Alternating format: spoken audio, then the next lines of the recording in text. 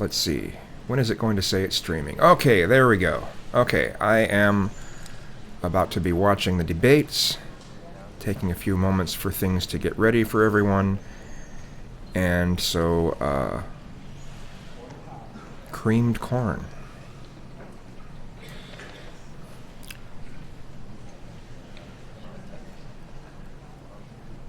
So, let's see. Chelsea looked like she was about to cry. Do-do-do-do-do-do.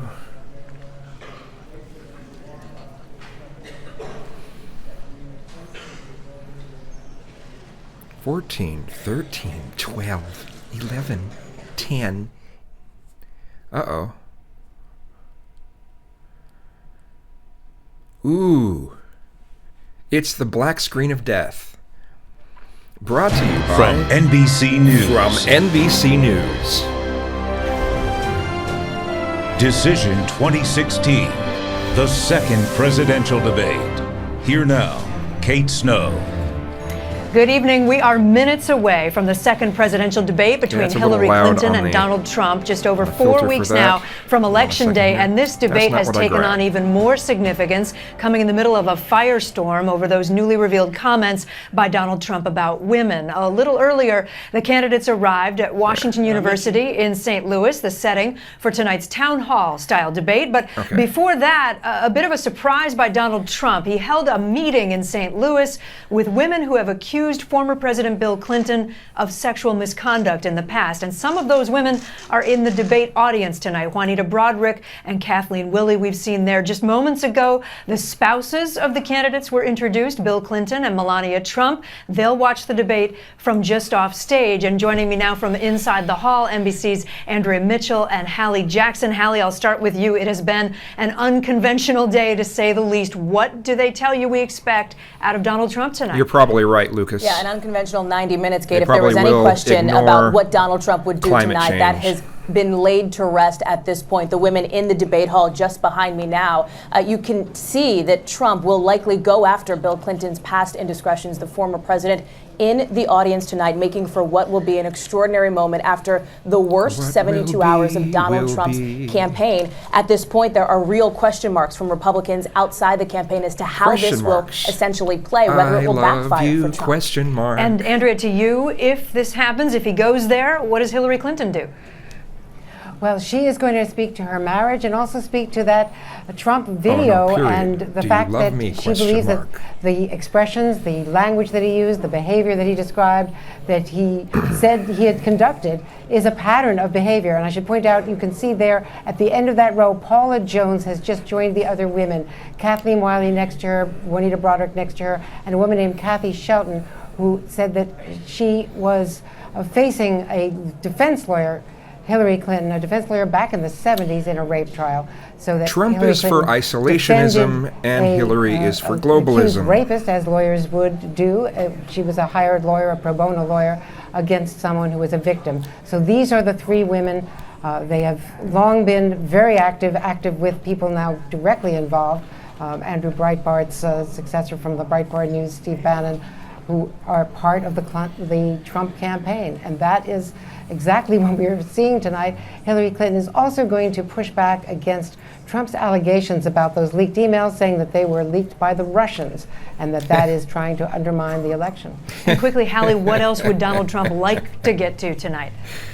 Well, Andrea had it right there. The idea that Clinton essentially suggested privately in these leaked emails that she was open to open borders. Watch for Trump to hit her on that tonight. We'll watch it all over the next 90 minutes. Ladies, thank you so much. In this town hall debate, questions will come from the audience and from the two moderators, Anderson Cooper of CNN, Martha Raddatz of ABC News. We'll see you on the other side of 90 minutes. Let's get this party started. Good evening. I'm Martha Raddatz from ABC News. And I'm Anderson Cooper from CNN. We want to welcome you to Washington University in St. Louis for the second presidential debate between Hillary Clinton and Donald Trump, sponsored by the Commission on Presidential Debates. Tonight's debate is a town hall format, which gives voters a chance to directly ask the candidates questions. Martha and I will ask follow-up questions, but the night really belongs to the people in this room and to people across the country who have submitted questions online. The people you see on this stage were chosen by the Gallup organization. They are all from the St. Louis area and told Gallup they haven't committed to a candidate. Each of them came here with questions they want to ask, and we saw those questions for the first time this morning. Anderson and I and our team from ABC and CNN are the only ones who have seen them.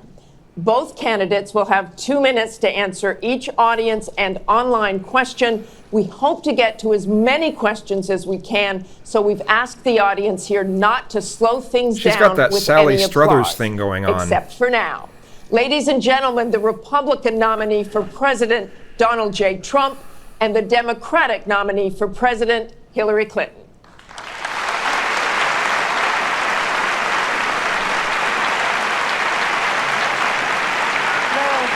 Orange. Hello. Orange. Hello. Orange versus white.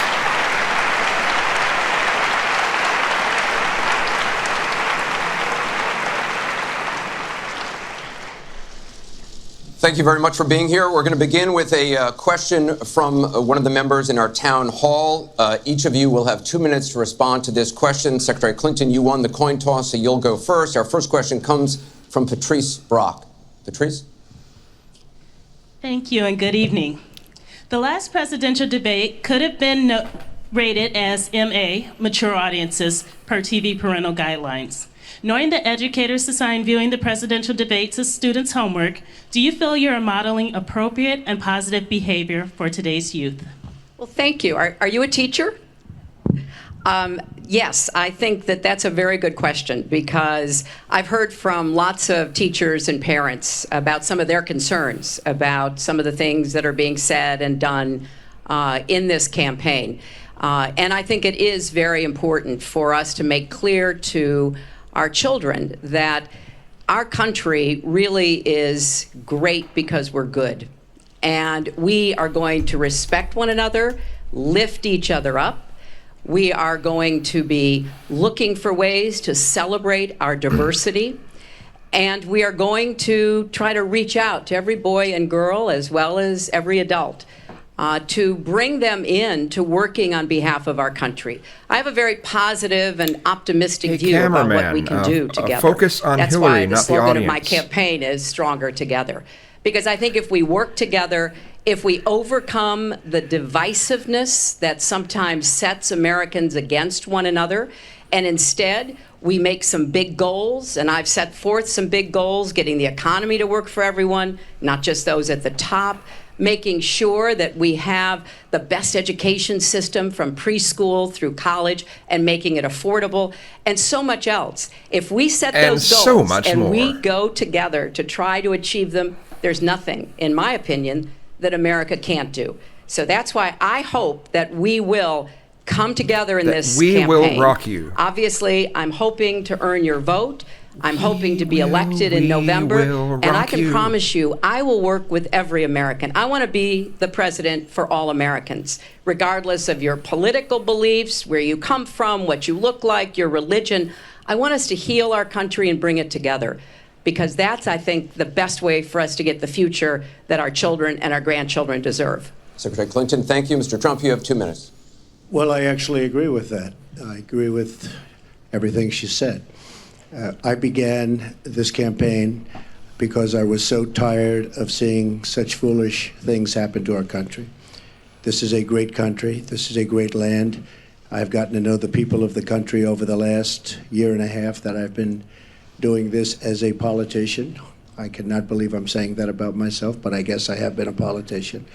And my whole concept was to make America great again. When I watch the deals being made, when I watch what's happening with some horrible things like Obamacare, where your health insurance and health care is going up by numbers that are astronomical, 68%, 59%, 71%. When I look at the Iran deal and how bad a deal it is for us, it's a one-sided transaction where we're giving back $150 billion to a terrorist state, really the #1 terrorist state. We've made them a strong country from really a very weak country just 3 years ago. When I look at all of the things that I see and all of the potential that our country has, we have such tremendous potential. whether it's in business and trade, where we're doing so badly. Last year, we had an almost $800 billion trade deficit. In other words, trading with other countries, we had an $800 billion deficit. It's hard to believe. Inconceivable. You say, who's making these deals? Inconceivable. We're going to make great trade deals. We're going to have a strong border. We're going to bring back law and order. Just today, policeman was shot, 2 killed, and this is happening on a weekly basis. We have to bring back respect to law enforcement. At the same time, we have to take care of people. He says it right after law and order. Did he mean law and odor? But I want to do things that haven't been done, including fixing and making our inner cities better for the African American citizens that are so great, and for the Latinos, Hispanics. And I look forward to doing it. It's called Make America Great Again. Thank you, Mr. Trump. The question from Patrice was about, are you both modeling positive and appropriate behaviors for take away the youth? again, and it's we received a lot of campaign, questions online, Mr. Trump, about the tape that was released on Friday. As you can imagine, you called what you said locker room banter. You described kissing women without consent, grabbing their genitals. That is sexual assault. You bragged that you have sexually assaulted women. Do you understand that? No, I didn't say that at all. I don't think you understood what was said. This was locker room talk. I'm not proud of it. I apologize to my family. I apologize to the American people. Certainly, I'm not proud of it. But this is locker room talk. You know, when we have a world where you have ISIS chopping off heads, where you have, and frankly, drowning people in steel cages, where you have wars and horrible, horrible sights all over, where you have so many bad things happening. This is like medieval times. We haven't seen anything like this, the carnage all over the world. And they look and they see. Can you imagine the people that are frankly doing so well against us with ISIS, and they look at our country and they see what's going on? Yes, I'm very embarrassed by it. I hate it, but it's locker room talk, and it's one of those things. I will knock the hell out of ISIS. We're going to defeat ISIS. ISIS happened a number of years ago. We're going to beat him. We're going to smoke him out. We're going to because of bad judgment. And I will tell you, I will take care of ISIS. So, Mr. Trump, I will take care of him. We'll smoke him out. Things and much bigger things. Just for the record, fire up the barbecue. Are you saying that what you said on that bus 11 years ago, that you did not actually kiss women without consent or grope women without consent? I have great respect for women. Nobody has more respect for women than I do. So for the record, you're saying you never did that? Things that, frankly, you hear these things are said. And I was embarrassed by it, but I have tremendous respect for women. Have you ever done those things? Have respect for me. And I will tell you, no, I have not. And I will tell you that I'm going to make our country safe. We're going to have borders in our country, which we don't have now. I'm going to make our country sniff. Into our country, and they're coming in from the Middle East and other places. We're going to make America safe again. We're going to make America great again. We're going to make America safe again. And we're going to make America wealthy again. Because if you don't do that, it sounds harsh to say, but we have to build up the wealth of our nation. Right now, other nations are taking our jobs and they're taking our wealth. Thank you, Mr. And Trump. that's what I want to talk about. Secretary Clinton, do you want to respond? Well, like everyone else, I've spent a lot of time thinking over the last 48 hours about what we heard and saw. You know, with prior Republican nominees for president, I disagreed with them on politics, policies, principles, but I never questioned their fitness to serve. Donald Trump is different. I said starting back in June that he was not fit to be president and commander-in-chief. And many Republicans and independents have said the same thing. What we all saw and heard on Friday was Donald talking about women, what he thinks about women, what he does to women, and he has said that the video doesn't represent who he is, but I think it's clear to anyone who heard it that it represents exactly who he is. Because we've seen this throughout the campaign. We have seen him insult women. We've seen him rate women on their appearance, ranking them from 1 to 10. We've seen him embarrass women on TV and on Twitter. We saw him after the first debate spend nearly a week denigrating a former Miss Universe in the harshest, most personal terms. So Yes, this is who Donald Trump is. But it's not only women, and it's not only... Well, Lucas, it's the way that he talks about women. It's how he thinks of women. I'm sorry, this is Trump is a guy who looks at women as objects. I mean,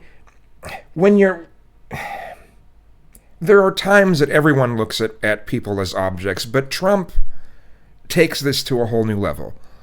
This is like Steven Crowder kind of level, you know? Only this video that raises questions about his fitness to be our president, because he has also targeted immigrants, African Americans, Latinos, people with disabilities, POWs, Muslims, and so many others. So this is who Donald Trump is. And the question for us, the question our country must answer, is that this is not who we are. That's why, to go back to your question, I want to send a message, we all should, to every boy and girl, and indeed to the entire world, that America already is great, but we are great because we are good. And we will respect one another. We're good. And we will work with one another. That's a weird statement. And we will celebrate our diversity. These are very important values to me, because this is the America that I know and love. And I can pledge to you tonight that this is the America that I will serve if I'm so fortunate enough to become your president. And we want to get to some questions from online. Well, am I allowed to respond to that? I assume I am. Yes, you can respond to that. It's just words, folks. It's just words. Those words, I've been hearing them for many years. I heard them when they were running for the Senate in New York, where Hillary was going to bring back jobs to upstate New York, and she failed. I've heard them where Hillary is constantly talking about the inner cities of our country, which are a disaster, education-wise, job-wise, safety-wise, in every way possible. He does look nervous. I'm going to help the African Americans. I'm going to help the Latinos, Hispanics. He's under some scrutiny. I am going to help the inner cities. She's done a terrible job for the African Americans. She wants their vote, and she does nothing, and then she comes back 4 years later. We saw that firsthand when she was a United States Senator. She campaigned where the primary part of her campaign. I want to get to audience questions and online questions. So she's allowed to do that, but I'm not allowed to respond. You're going to get to respond right now. That sounds fair. This tape is generating intense interest. In just 48 hours, it's become the single most talked about story of the entire 2016 election on Facebook, with millions and millions of people discussing it on the social network. As we said a moment ago, we do want to bring in questions from voters around the country via social media, and our first stays on this topic. Jeff from Ohio asks on Facebook, Trump says the campaign has changed him. When did that happen? So, Mr. Trump, let me add to that. When you walked off that bus at age 59, were you a different man, or did that behavior continue until just recently? And you have 2 minutes for this. As I told you, that was locker room talk. I'm not proud of it. I am a person who has great respect for people, for my family, for the people of this country, and certainly I'm not proud of it. But that was something that happened. If you look at Bill Clinton, far worse, mine are words and his was action. His was what he's done to women. There's never been anybody in the history of politics in this nation that's been so abusive to women. So you can say any way you want to say it. You don't. There have been some past presidents, way in the past, that have had some. It's almost like White House orgies. So no, and you know, nobody has your sex tapes. So. But Bill Clinton was abusive to women. Hillary Clinton attacked those same women and attacked them viciously. 4 of them are here tonight. One of the women, who is a wonderful woman, at 12 years old, was raped at 12. Her client, she represented, got him off, and she's seen laughing on 2 separate occasions, laughing at the girl who was raped. Kathy Shelton, that young woman, is here with us tonight. So don't tell me about words. I apologize for those words. But it is things that people say. But what President Clinton did, he was impeached, he lost his license to practice law, he had to pay an $850,000 fine to one of the women, Paula Jones, who's also here tonight. And I will tell you that when Hillary brings up a point like that, and she talks about words that I said 11 years ago, I think it's disgraceful, and I think she should be ashamed of herself, if you want to know the truth. Can we please hold the applause? Secretary Clinton, you have 2 minutes.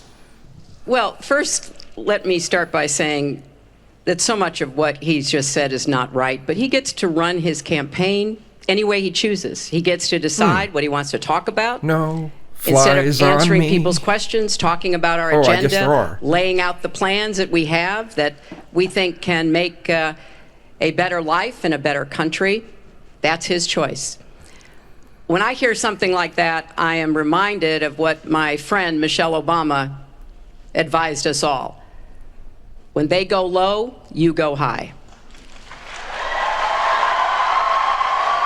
And look, if this were just about one video, maybe what he's saying tonight would be understandable. But everyone can draw their own conclusions at this point about whether or not the man in the video or the man on the stage respects women. But he never apologizes for anything to anyone. He never apologized to Mr. and Mrs. Khan, the Gold Star family, whose son, Captain Khan, died in the line of duty in Iraq, and Donald insulted and attacked them for weeks over their religion. He never apologized to the distinguished federal judge who was born in Indiana.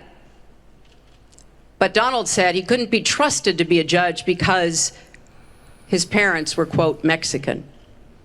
He never apologized to the reporter that he mimicked and mocked. I need to say this real quick, and Patrick has also mentioned this too, is Trump has apologized, but not for the things that you're mentioning here. So I just need to make that clear. On national television, and our children were watching. And he never apologized for the racist lie that President Obama was not born in the United States of America. He owes the president an apology. He owes our country an apology. And he needs to take responsibility for his actions and his words. Well, you owe the president an apology because, as you know very well, your campaign, Sidney Blumenthal, he's another real winner that you have, and he's the one that got this started along with your campaign. Wow, did you see the look on her face when he said that? Manager, and they were on television just 2 weeks ago. She was saying exactly that. So you really owe him an apology. You're the one that sent the pictures around your campaign, sent the pictures around with President Obama in a certain garb. That was long before I was ever involved. So you actually owe an apology. And number two, Michelle Obama. I've gotten to see the commercials that they did on you. And I've gotten to see some of the most vicious commercials I've ever seen of Michelle Obama talking about you, Hillary. So you talk about friend, go back and take a look at... You know, if someone played a drinking game and they were to take a drink every time he sniffs, you'd be dead. Those commercials, a race where you lost, fair and square, unlike the Bernie Sanders race where you won, but not fair and square, in my opinion. And all you have to do is take a look at WikiLeaks and just see what they... Okay, now that's really disturbing. The fact that she smiled and almost laughed at that's disturbing. Sorry, but that's disturbing. Said about Bernie Sanders, and see what Deborah Wasserman Schultz had in mind, because... Maybe she'll start cackling next. Bernie Sanders, between superdelegates and Deborah Wasserman Schultz, he never had a chance, and I was so surprised to see him sign on with the devil. But when you talk about apology, I think the one that you should really be apologizing for, and the thing that you should be apologizing for, are the 33,000 emails that you deleted and that you acid washed. And then the 2 boxes of emails. Some strange thing I'm noticing right now. Why did they give them such crappy microphones? Those things sound like shit. Anyway. And other things last week that were taken from an office and are now missing. And I'll tell you what, I didn't think I'd say this, but I'm going to say it. And I hate to say it. But if I win, I am going to instruct my Attorney General to get a special prosecutor to look into your situation, because there has never been so many lies, so much deception. So many lies? Wow. There has never been anything like it, and we're going to have a special prosecutor. When I speak, I go out and... Now she should do that look like when something, oh, look, some balloons. Sorry. Speak. The people of this country are furious. In my opinion, the people that have been long-term workers at the FBI are furious. There has never been anything like this where emails and you get a subpoena, and after getting the subpoena, you delete 33,000 emails. And then you acid wash them, or bleach them, as you would say, a very expensive process. So we're going to get a special prosecutor, and we're going to look into it, because you know what? People have been...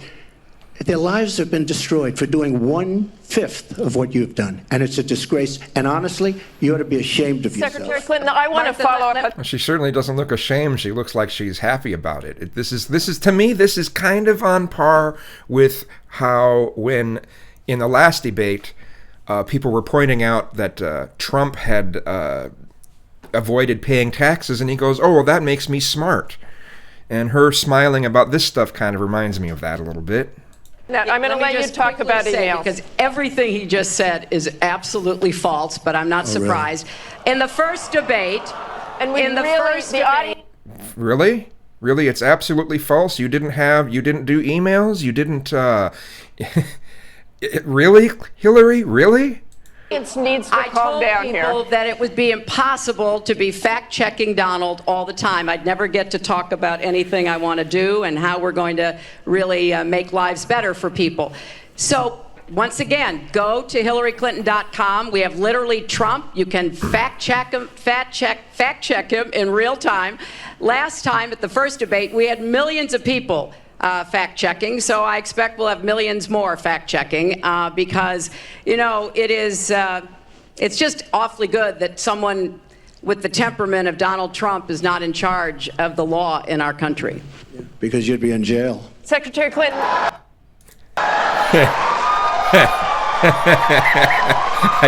I gotta say, that was a good line, Trump. That was a good line.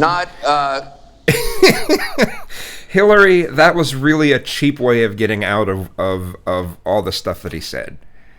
Go to my website. No. No. Talk out loud. Please do not applaud. You're just wasting time. And Secretary Clinton, I do want to follow up on emails. You've said your handling of your emails. Oh no, they wasted 8 seconds. Was a mistake. You disagreed with FBI Director James Comey, calling your handling of classified information, quote, extremely careless. The FBI said that there were 110 classified emails that were exchanged, 8 of which were top secret, and that it was possible hostile actors did gain access to those emails.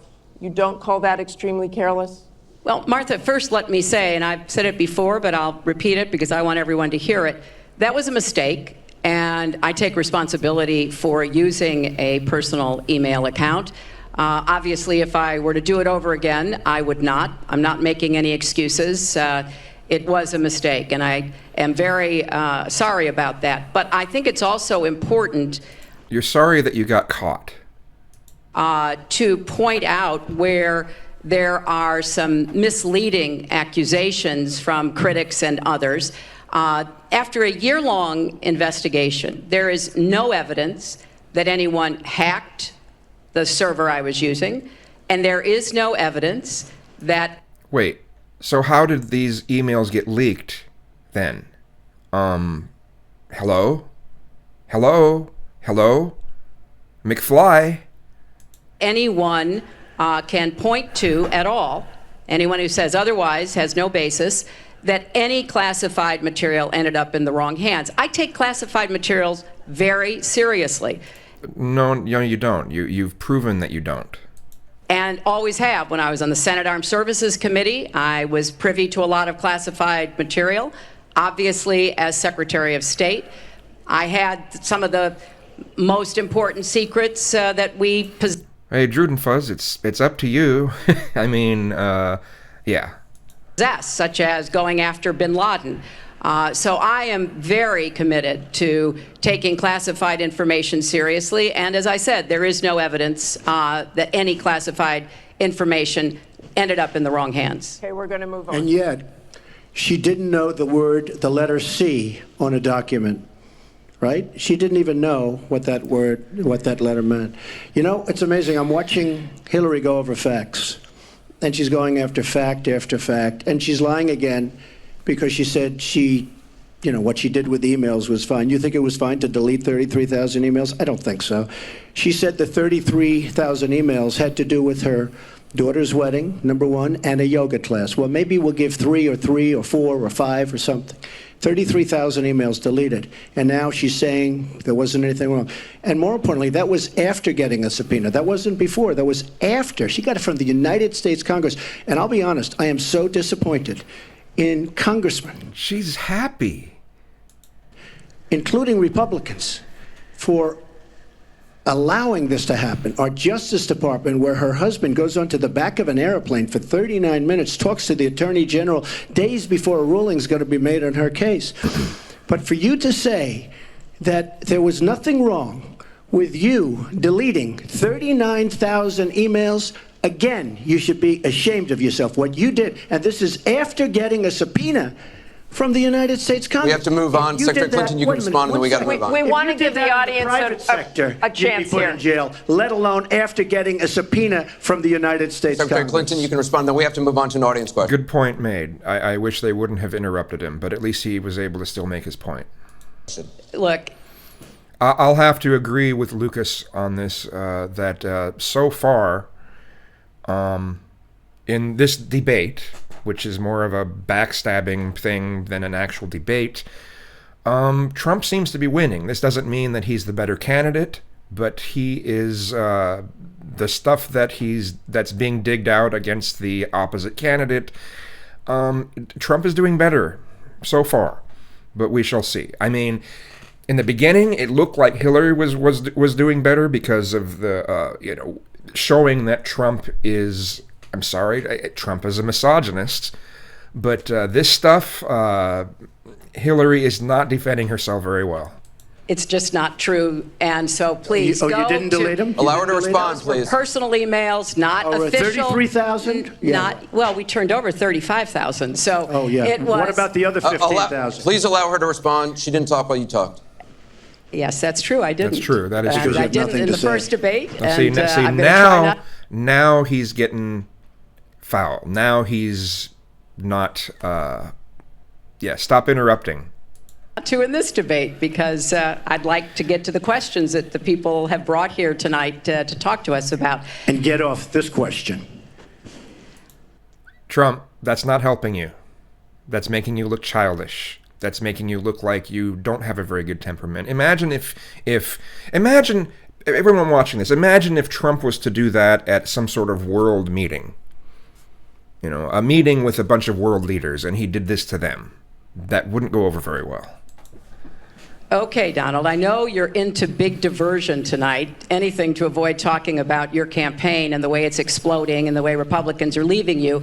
But let's at least focus on some of the issues that people care about tonight. Let's get to their question. We have a question here from Ken Karpowitz. He has a question about health care. Ken? I'd like to know, Anderson, why aren't you bringing up the emails? I'd like to know. Why aren't you getting brought up the emails? No, it hasn't. It hasn't. And it hasn't been finished at all. Ken Karpowitz has a question. It's nice to 1-on-3. Thank you. Affordable Care Act, known as Obamacare, it is not affordable. Premiums have gone up, deductibles have gone up, co-pays have gone up, prescriptions have gone up, and the coverage has gone down. What will you do to bring the costs down and make coverage better? That first one goes to Secretary Clinton because you started out the last one to the audience. If he wants to start, he can start. No, go ahead, Donald. No, I'm a gentleman, Hillary. Go ahead. Secretary Clinton? Sure. Well, I think Donald was about to say he's going to solve it by repealing it and getting rid of the Affordable Care Act. And I'm going to fix it because I agree with you. Premiums have gotten too high, co-pays, deductibles, prescription drug costs. And I've laid out a series of actions that we can take to try to get those costs down. But here's what I don't want people to forget when we're talking about reining in the costs, which has to be the highest priority of the next president. When the Affordable Care Act... The only thing that could top this off, this right now, this look of them, is if he was putting the little bunny ears behind her head. Passed. It wasn't just that 20 million people got insurance who didn't have it before, but that in and of itself was a good thing. I meet these people all the time, and they tell me what a difference having that insurance meant to them and their families. But everybody else, the 170 million of us who get health insurance through our employers, got big benefits. Number one, insurance companies can't deny you coverage because of a pre-existing condition. Number two, no lifetime limits. Wait a minute. The question was asking what you'll do about this, and now you're just sitting there bragging about the program. Okay, the program has issues. Obamacare/Romneycare has issues. It has serious issues. We need to go more towards a single-payer system. I don't see her defending any of this yet, but I mean, I don't see her defending. I don't see her being a proponent of this sort of thing yet. Right now, she's just blabbering on about how wonderful she thinks Obamacare is. So, it's a big deal if you have serious health problems. Number three, women can't be charged more than men for our health insurance, which is the way it used to be before the Affordable Care Act. Number four, if you're under 26 and your parents have a policy, you can be on that policy until the age of 26, something that didn't happen before. So I want very much to save what works and is good about the Affordable Care Act. But we've got to get costs down. We've got to provide some additional help to small businesses so that they can afford to provide health insurance.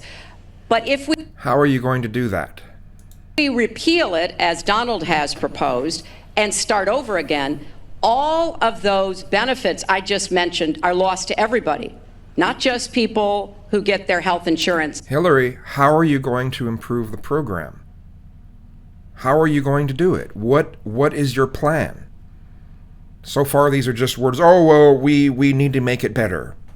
How? On the exchange. And I mean, you can say we can reduce costs, but how do you do that? What is the methodology you're going to use to do that? That's what I'm curious about, but I don't think you're going to answer. Then we would have to start all over again. Right now, we are at 90% health insurance coverage. That's the highest we've ever been in our country. Secretary Clinton, so I want us to get to 100%, but get costs down and keep quality up. Mr. Trump, you have 2 minutes. See, she didn't go into how. She's just going to, okay, whatever. Let's see what Trump says. It is such a great question, and it's maybe the question I get almost more than anything else outside of defense. Obamacare is a disaster.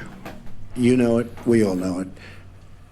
It's going up at numbers that nobody's ever seen worldwide. Nobody's ever seen numbers like this for healthcare. It's only getting worse. In 2017, it implodes by itself. Their method of fixing it is to go back and ask Congress for more money, more and more money. And we have right now almost $20 trillion in debt. Obamacare will never work. It's very bad health insurance. Far too expensive. And not only expensive for the person that has it. I just want to mention some of the comments that I'm getting. Tiger Boss says, yes, the insurance has gone up. It works for me, but doesn't work for other people. That's great room for improvement for certain. There's great room for improvement for certain. And then Druden Fuzz says, I think Obamacare was a step in the right direction. I think the U.S. should more closely look at how it is done in Germany since it works here properly. It does. I do think it would be nice if we did that. But that's more of a kind of a single payer system. So, unbelievably expensive for our country. It's going to be one of the biggest line items very shortly. We have to repeal it and replace it with something absolutely much less expensive and something that works, where your plan can actually be tailored. We have to get rid of the lines around the state, artificial lines, where we stop insurance companies from coming in and competing, because they wanted, President Obama and whoever was working on it, they want to leave those lines because that gives the insurance companies essentially monopolies. We want competition. You will have the finest health care plan there is. She wants to go to a single-payer plan, which would be a disaster. I haven't seen her say she wants to go to single-payer plan. I think that would be great if we went to single-payer plan, and then we could get rid of most of these insurance companies. And yes, people would lose their jobs that are in the insurance companies. That is, not that good of a thing. But if the end result is everyone is covered, I think that would be a much better thing. But I don't see her pushing for a single-payer system. I see her continuing to do this thing where it's like, let's have the government subsidize insurance companies. Not necessarily government subsidize, but it's like forcing people to get insurance. And I'm not liking that part of the plan. Somewhat similar to Canada.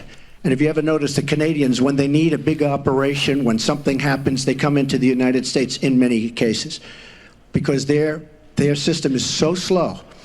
It's catastrophic in certain ways. But she wants to go to single payer, which means the government basically rules everything.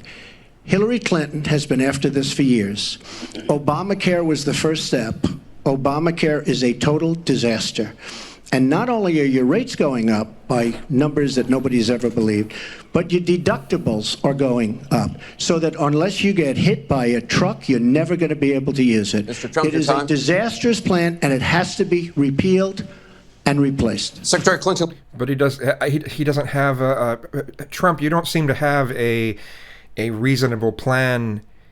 You don't seem to have anything that would replace it. Not really. Oh, well, we'll come up with a plan. Oh, okay. Not really, no. You're not going to come up with a plan. You just want it to be the way it was before Obamacare, where a lot less people are covered. Let me follow up with you. Your husband called Obamacare, quote, the craziest thing in the world, saying that small business owners are getting killed as premiums double, coverage is cut in half. Was he mistaken, or was his mistake? Ooh, good point, Lucas. You said, yep, and here in Montana, people get their prescription drugs from Canada, and a lot of people do because it is less expensive that way. Simply telling the truth. No, I mean, he clarified what he meant, and it's very clear. Look, we are in a situation in our country where if we were to start all over again, we might come up with a different system.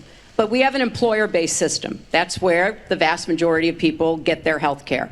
And the Affordable Care Act was meant to try to fill the gap between people who were too poor and couldn't put together any resources to afford health care, namely people on Medicaid.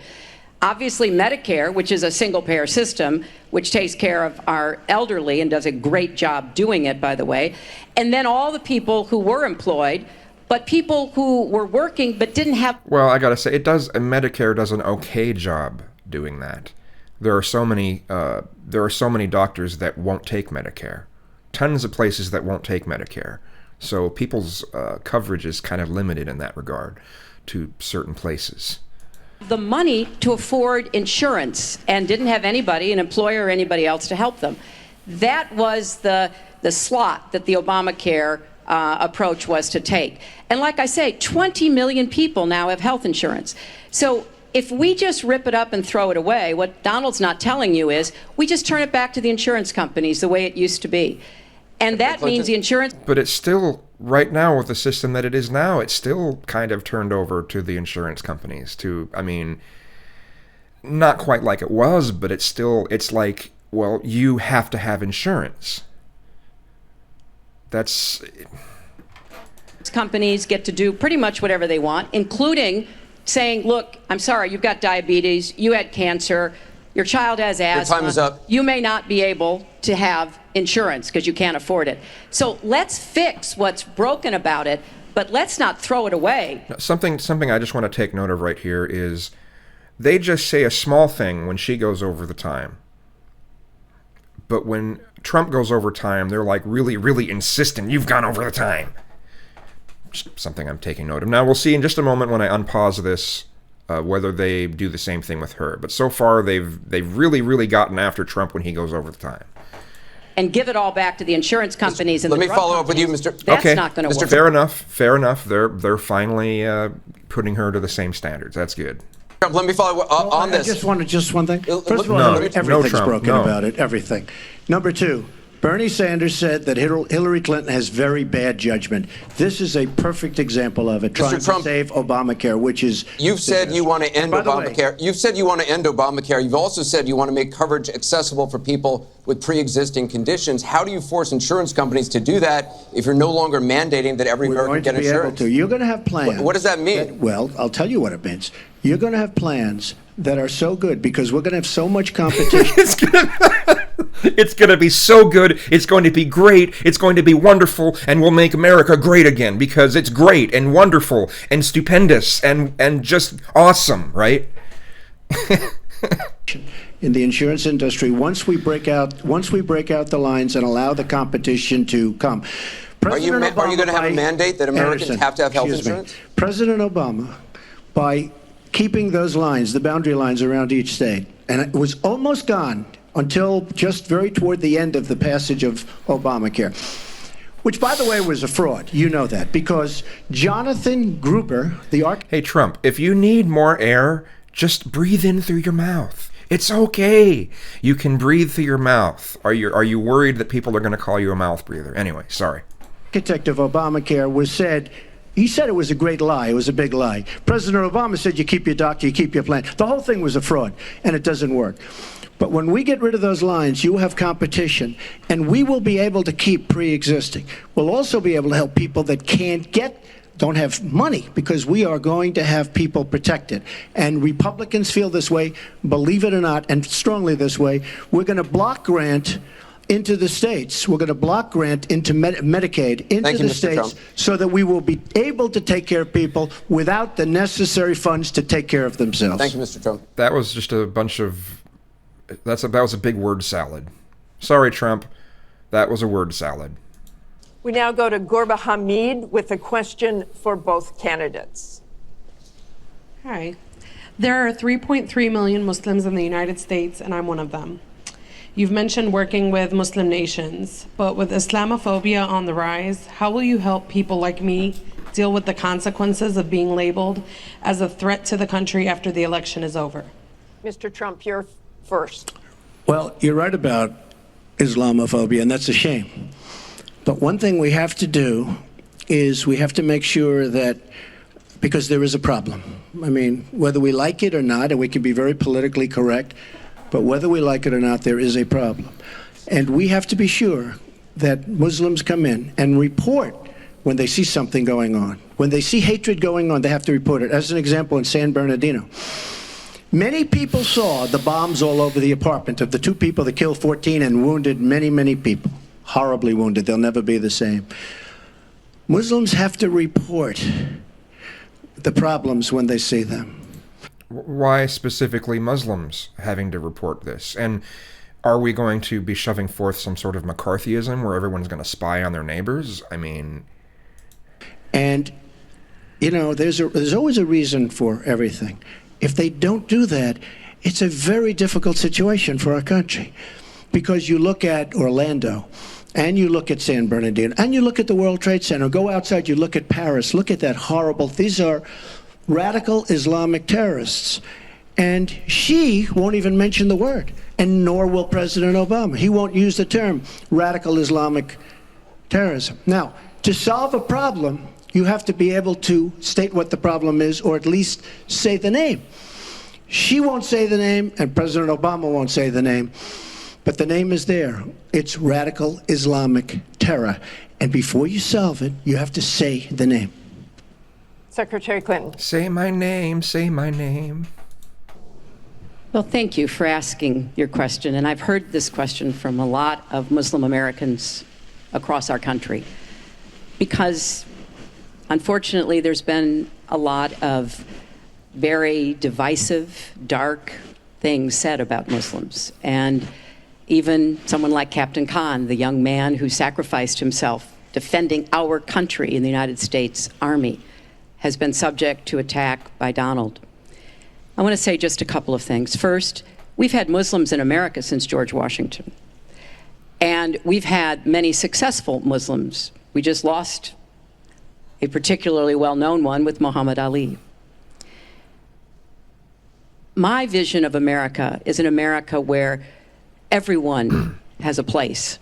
If you're willing to work hard, you do your part, you contribute to the community. That's what America is. That's what we want America to be for our children and our grandchildren. It's also very short-sighted and even dangerous to be engaging in the kind of demagogic rhetoric that Donald has about Muslims. We need American Muslims to be part of our eyes and ears on our front lines. I've worked with a lot of different Muslim groups around America. I've met with a lot of them, and I've heard how important it is for them to feel that they are wanted and included and part of our country, part of our homeland security. What was Trump doing? It's like he's motioning like he's fucking the podium.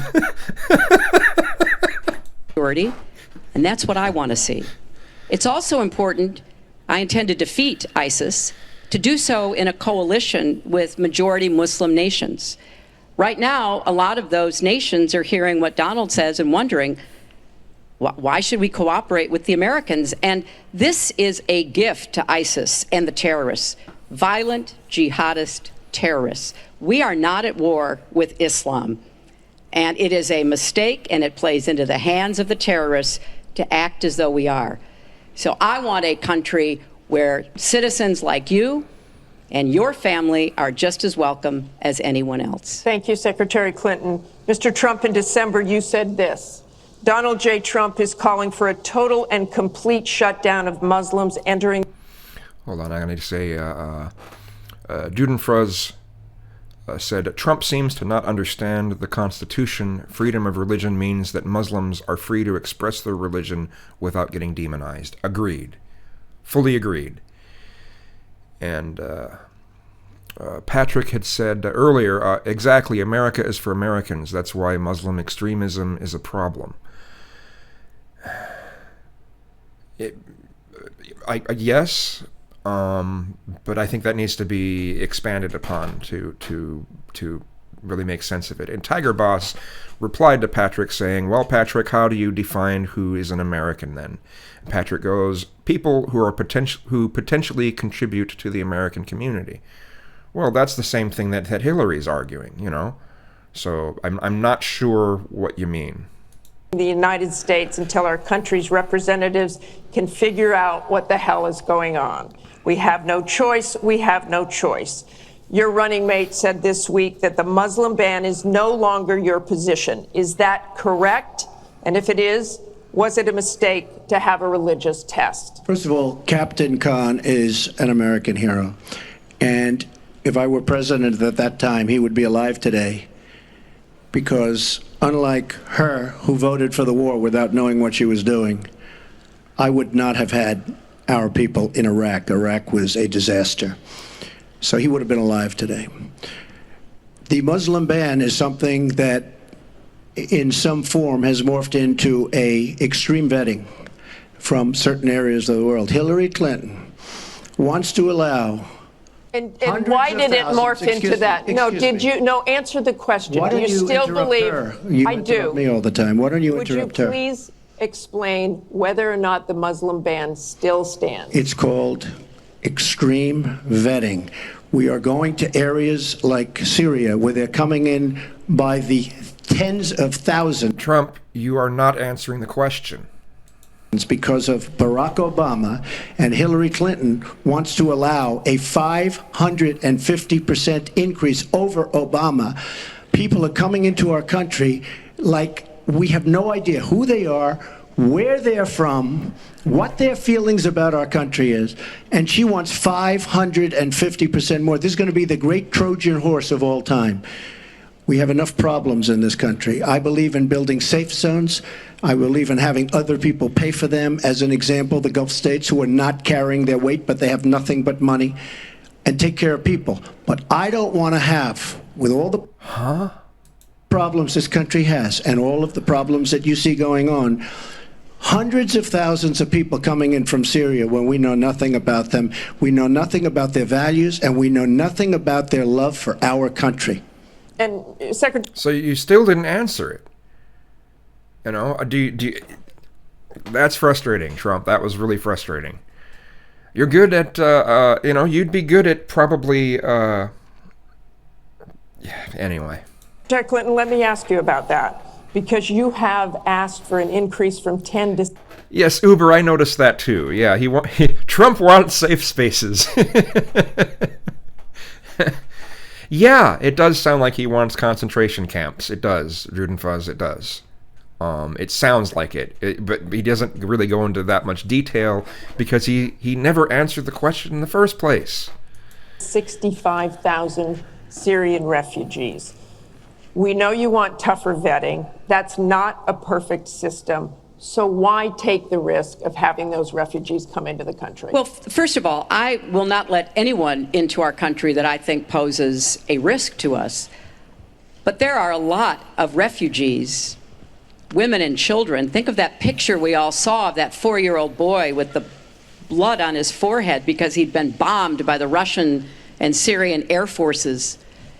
There are children suffering in this catastrophic war, largely, I believe, because of Russian aggression, and we need to do our part. We by no means are carrying anywhere near the load that Europe and others are. Well, something I've got to say about that. It seems that there's this, people are upset that Russia is trying to get involved in doing some of the same things that the United States does. And I guess the United States doesn't really want competition in that area or something. I've never quite gotten this strange attitude about Russia and this sort of thing. You know, only we're supposed to bomb indiscriminately. Only we're supposed to do all this stuff. But if another country does it, they're terrible. But if we do it, it's okay because we're doing it for the right reasons or something. It's kind of weird. But we will have vetting that is as tough as it needs to be from our professionals, our intelligence experts, and others. But it is important for us as a policy, not to say, as Donald has said, we're going to ban people based on a religion. How do you do that? We are a country founded on religious freedom and liberty. Absolutely. How do we do what he has advocated without causing great distress within our own country? Are we going to have religious tests when people fly into our country? And how do we expect to be able to implement those? So I thought that what he said was extremely unwise and even dangerous.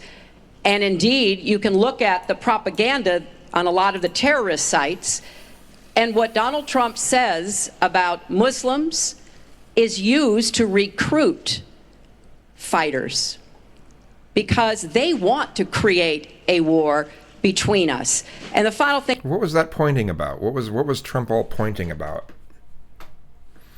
I would say this is the 10th or 12th time that he's denied being for the war in Iraq. We have it on tape. The entire press corps has looked at it. It's been debunked, but it never stops him from saying whatever he wants to say. Actually, no. When the fact checkers show that he was sort of wishy-washy, he didn't really know when he was describing things. I don't remember him actually. Everything that I've seen, he was shown to not fully agree with the war in Iraq. And there's a lot of quotes of him saying that he disagrees with it. So, Hillary, yeah. Been debunked. So please has not been debunked. And go to HillaryClinton.com and you can see it. I was against the war in Iraq. Has not been debunked. And you voted for it, and you shouldn't have. Well, I just want There's been lots of fact-checking on that. I'd like to move on to an online question. She just went about 25 seconds over her time. Could I just respond to this, please? Very quickly, please. Hillary Clinton, in terms of having people come into our country, we have many criminal illegal aliens.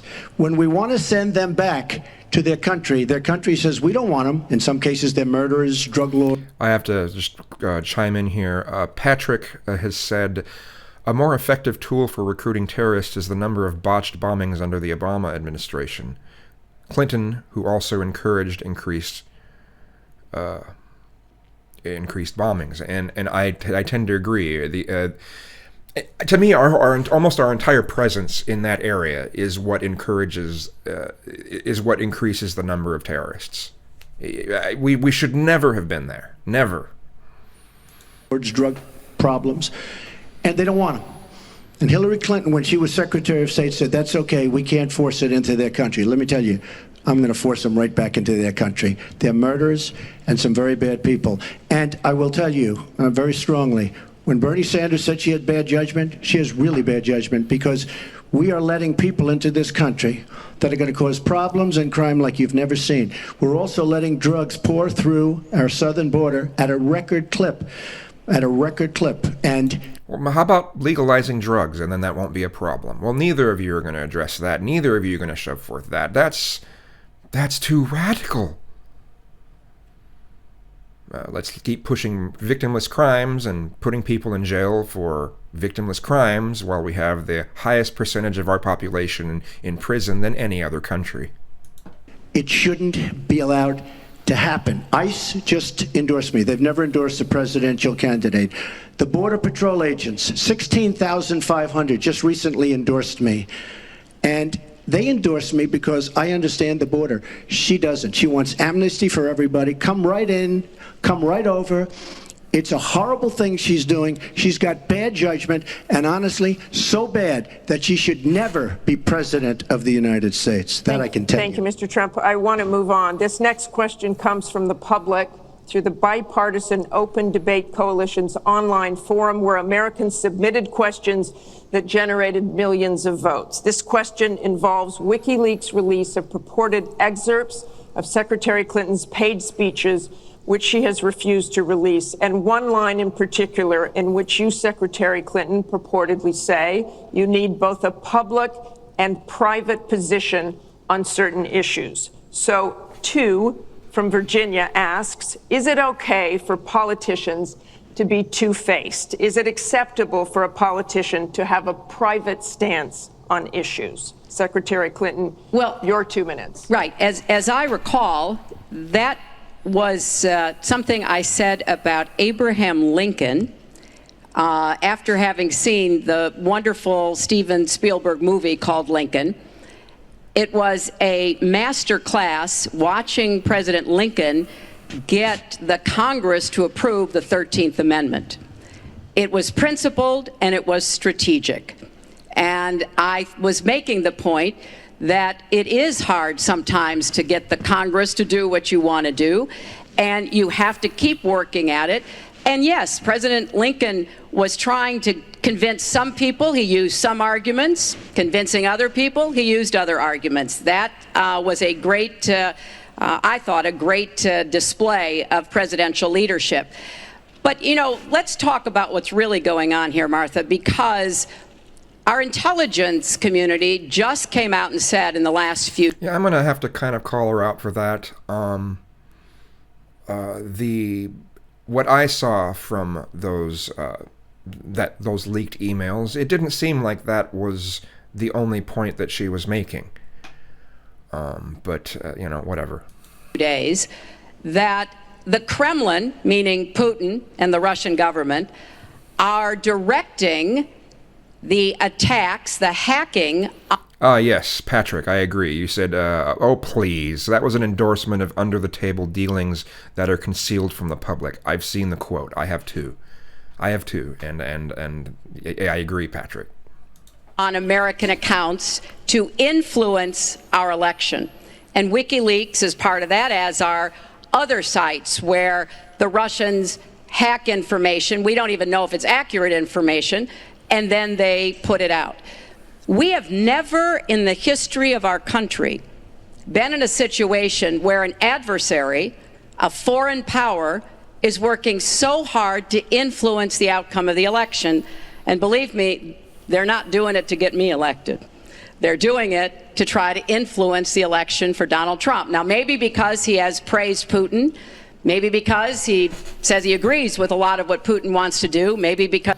Well, you know, I mean, you're really speaking against that, but you're not speaking against Rasmussen and the DNC pushing forth for you instead of Bernie Sanders. But you know. As he wants to do business in Moscow, I don't know the reasons, but we deserve answers. And we should demand that Donald release all of his tax returns so that people can see what are the entanglements and the financial relationships we're going to get to that later. That he has Secretary with Clinton, Russians and you're out other of time. foreign powers. Well, I think I should Mr. respond Trump. because it's so ridiculous. Look, now she's blaming, she got caught in a total lie. Her papers went out to all her friends at the banks, Goldman Sachs and everybody else. And she said things, WikiLeaks, that just came out. And she lied. Now she's blaming the lie on the late, great Abraham Lincoln. That's one that I haven't.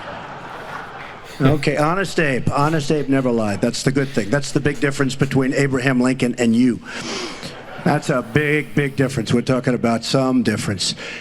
But as far as other elements of what she was saying, I don't know, Putin. I think it would be great if we got along with Russia because we could fight ISIS together as an example, but I don't know Putin. But I notice anytime anything wrong happens, they like to say, the Russians, she doesn't know if it's the Russians doing the hacking. Maybe there is no hacking. But they always blame Russia. And the reason they blame Russia is because they think they're trying to tarnish me with Russia. I know nothing about Russia. I know about Russia, but I know nothing about the inner workings of Russia. I don't deal there. I have no businesses there. I have no loans from Russia. I have a very, very great balance sheet. So great that when I did the old post office on Pennsylvania Avenue, the United States government, because of my balance sheet, which they actually know very well, chose me to do the old post office between the White House and Congress, chose me to do the old post office. One of the primary things, in fact, perhaps the primary thing, was balance sheet. But I have no loans with Russia. You could go to the United States government and they would probably tell you that because they know my sheet very well in order to get that development I had to have. Now, the taxes are a very simple thing. As soon as I have, first of all, I pay hundreds of millions of dollars in taxes. Many of our friends took bigger deductions. Agreed, Patrick. Blah, blah, blah. Warren Buffett took a massive deduction. Soros, who's a friend of hers, took a massive deduction. Many of the people that... Agreed, Lucas. It'd be nice if she released the Wall Street and Goldman Sachs speeches. That'd be nice. But they won't let her do that. That are giving her all this money, that she can do many more commercials than me, took massive deductions. I pay hundreds of millions of dollars in taxes, but as soon as my routine audit's finished, I'll release my returns. I'll be very proud to. Thank you, Mr. Trump. We've got to, we're on turn, actually, to the topic of taxes. We have a question from Spencer Moss. Spencer? Good evening. My question is, what specific tax provisions will you change to ensure the wealthiest Americans pay their fair share in taxes? Mr. Trump, you have 2 minutes. Well, one thing I do is get rid of carried interest. One of the greatest provisions for people like me, to be honest with you. I give up a lot when I run because I knock out the tax code. And she could have done this years ago, by the way. She was a United States senator. She complains that Donald Trump took advantage of the tax code. Well, why didn't she change it? Why didn't you change it when you were a senator? The reason you didn't is that all your friends take the same advantage that I do. And I do. You have provisions in the tax code that, frankly, we could change. But you wouldn't change it because all of these people give you the money so you can take negative ads on Donald Trump. And I say that about a lot of things. You know, I've heard Hillary complaining about so many different things over the years. Oh, we should have done this. But she's been there for 30 years. She's been doing this stuff. She never changed, and she never will change. She never will change. We're getting rid of carried interest provisions. I'm lowering taxes, actually, because I think it's so important for corporations, because we have corporations leaving, massive corporations and little ones. Little ones can't form. We're getting rid of regulations, which goes hand in hand with the lowering of the taxes. But we're bringing the tax rate down from 35% to 15%. We're cutting taxes for the middle class, and I will tell you, we are cutting them big league for the middle class. And I will tell you, Hillary Clinton is raising your taxes, folks. You can look at me. She's raising your taxes really high. And What that's going to do is a disaster for the country. But she is raising your taxes and I'm lowering your taxes. That in itself is a big difference. We are going to be thriving again. We have no growth in this country. There's no growth. If China has a GDP of 7%, it's like a national catastrophe. We're down at 1%. And that's like no growth. And we're going lower, in my opinion. And a lot of it has to do with the fact that our taxes are so high, just about the highest in the world. And I'm bringing them. No. Lie. Big fucking lie. Fuck you, Trump. That's bullshit. We are not paying some of the most highest taxes in the world. No, absolutely not. Down to one of the lower in the world. And I think it's so important, one of the most important things we can do. But she is raising everybody's taxes massively. Secretary Clinton, you have 2 minutes. The question was, what specific tax provisions will you change to ensure the wealthiest Americans pay their fair share of taxes? Well, everything you've heard just now from Donald is not true. I'm sorry I have to keep saying this, but he lives in an alternative reality. And it is sort of amusing to hear somebody who hasn't paid federal income taxes in maybe 20 years talking about what he's going to do. But I'll tell you what he's going to do. His plan will give the wealthy and corporations the biggest tax cuts they've ever had, more than the Bush tax cuts by at least a factor of 2. Donald always takes care of Donald and people like Donald, and this would be a massive gift. And indeed, the way that he talks about his tax cuts would end up raising taxes on middle-class families, millions of middle-class families. Now, here's what I want to do. I have said no. Well, that seems a little bit of a stretch, too. I don't know if it would be raising taxes on those, but it would be making it so the middle class would be paying the majority percentage of taxes out of different groups. But to say that they'd actually go up for the middle class doesn't seem exactly factual either. So. Anybody who makes less than $250,000 a year, and that's the vast majority of Americans, as you know, will have their taxes raised, because I think we've got to go where the money is, and the money is with people who've taken advantage of every single break in the tax code. And yes, when I was a senator, I did vote to close corporate loopholes. I voted to close, I think, one of the loopholes he took advantage of when he claimed $1 billion loss that enabled him to avoid paying taxes. I want to have a tax on people who are making $1 million. It's called the Buffett rule. Yes, Warren Buffett is the one who's gone out and said somebody like him should not be paying a lower tax rate than his secretary. I want to have a surcharge on incomes above $5 million. We have to make up for lost times, because I want to invest in you. I want to invest in hardworking families. And I think it's been unfortunate, but it's happened, that since the Great Recession, the gains have all gone to the top. And we need to reverse that. People like Donald, who paid 0 in taxes, 0 for our vets, 0 for our military, 0 for health and education. That is wrong. And we're going to make sure that nobody, no corporation and no individual, can get away without paying his fair share to support our country. Mr. Trump, I want to give you... That was a fair statement from Hillary right there. That was a very fair statement, and if she does become president, I hope she sticks with that. But to me, one of the most likely things that would happen if she becomes president is we'll go more towards globalism, to extremes, even more so than under Obama. But then again, Trump, as I said at the beginning of this video, Trump seems to want to take us more towards a isolationist kind of route. But anyway, neither here nor there. The chance to respond. I just want to tell our viewers what she's referring to. In the last month, taxes were the #1 issue on Facebook for the first time in the campaign. The New York Times published 3 pages of your 1995 tax returns. They show you claimed a $916 million loss, which means you could have avoided paying personal federal income taxes for years. You've said you pay state taxes, employee taxes, real estate taxes, property taxes. You have not answered, though, a simple question. Did you use that $916 million loss to avoid paying personal federal income taxes for years? Of course I do. Of course I do. And so do all of her donors, or most of her donors. I know many of her donors. Her donors took massive tax write-offs. So have you not paid personal federal income tax? A lot of my write-off was depreciation and other things that Hillary, as a senator, allowed. And she'll always allow it because the people that give her all this money, they want it. That's why. See, I understand the tax code better than anybody that's ever run for president. Hillary Clinton, and it's extremely complex, Hillary Clinton has friends that want all of these provisions, including they want the carried interest provision, which is very important to Wall Street people, but they really want the carried interest provision, which I believe Hillary's leaving. It's very interesting why she's leaving carried interest. But I will tell you that, number one, I pay tremendous numbers of taxes.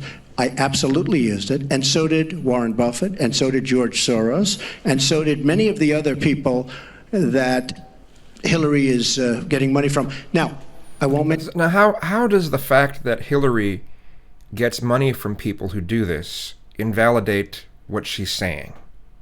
It doesn't. It doesn't invalidate it, and it doesn't invalidate the fact that you, Trump, have taken advantage of these things. You're whatever. Mention their names because they're rich, but they're not famous, so we won't make them famous. Okay? Can you say how many years you have avoided paying personal federal income taxes? No, but I pay tax, and I pay federal tax, too. But I have a write-off. A lot of it's depreciation, which is a wonderful charge. I love depreciation. You know, she's given it to us. Hey, if she had a problem for 30... What, she's the one who can just snap her fingers and just change that stuff? I mean, she talked about voting for things to get rid of some of the loopholes, but because she didn't achieve that, oh, well, see, she didn't do anything about it. When you're in different positions, you have different types of power. As president, she would have a lot more power to be able to influence those sorts of decisions. Years she's been doing this, Anderson. I say it all the time. She talks about health care. Why didn't she do something about it? She talks about taxes. Why didn't she do something about it? Wait a minute. What? What? Okay, near the begin. I mean, at the very beginning, Trump was losing. Then after that, Trump was winning in this debate. And since then, Trump is just losing since that time. She doesn't do anything about anything other than talk. With her, it's all talk and no action. In the past, and again, Bernie Sanders, it's really bad judgment. She has made bad judgment, not... Yes, good point, Brad. Yeah, he blamed Hillary for him paying no taxes. Yes, that's essentially what he's doing, and it's ridiculous. Not only on taxes, she's made bad judgments on Libya, on Syria, on Iraq. I mean, her and Obama, whether you like it or not, the way they got out of Iraq, the vacuum they've left, that's why ISIS formed in the first place. They started from that little area, and now they're in 32 different nations, Hillary. Congratulations. Great job. Okay, well, you're kind of going all over the place. You are correct, Trump, in that, our involvement in the Middle East has been causing a lot of these problems, and we should never have been there in the first place. So, I'll agree with you there. Response, Secretary Clinton. Well, here we go again. I've been in favor of getting rid of carried interest for years, starting when I was a senator from New York. But that's not the point here. Why didn't you do it? Why didn't you do it? Because I was a senator with a Republican president. Oh, really? I will be the president. You could have done it. Yes, no, she couldn't have done it, Trump. You couldn't have done it. And if you can't understand how that works, you're not fit to be president, Trump. If you were an effective senator, you could have done it. If you were an effective senator, you could have done it. But you were not an effective. Please allow her to respond. She didn't interrupt you. If someone's an effective senator, anything that they wish will just magically come true because they just push it forth and everyone will just believe them and agree. And no, that's not how that works, Trump. Doesn't work that way. Under our Constitution, presidents have something called veto power. Look, he has now said repeatedly, 30 years this and 30 years that. So let me talk about my 30 years in public service. I'm very glad to do so. 8 million kids every year have health insurance because when I was First Lady, I worked with Democrats and Republicans to create the Children's Health Insurance Program. Hundreds of thousands of kids now have a chance to be adopted because I worked to change our adoption and foster care system.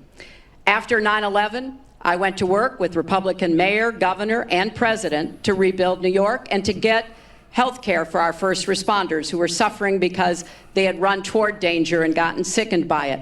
Hundreds of thousands of National Guard and Reserve members have health care because of work that I did, and children have safer medicines because I was able to pass a law that required the dosing to be more carefully done. When I was Secretary of State, I went around the world advocating for our country. But yes, we know you love your resume, Hillary. We know it. Okay, so. But also advocating for women's rights, to make sure that women had a decent chance to have a better life, and negotiated a treaty with Russia to lower nuclear weapons.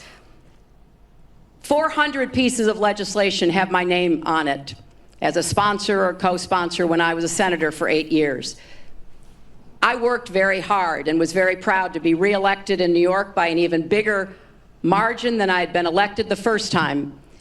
And as president, I will take that work, that bipartisan work, that finding common ground, because you have to be able to get along with people to get things done in Washington. Thank you, Secretary. And I've proven that I can. And for 30 years, I've produced results for people. Thank you, Secretary. We're going to move on to Syria. Both of you have mentioned that. She said a lot of things. I mean, I think we should be allowed to maybe Mr. Trump, we're going to go on. This is about the audience. Disaster as a senator. Mr. Trump, we're going to move on.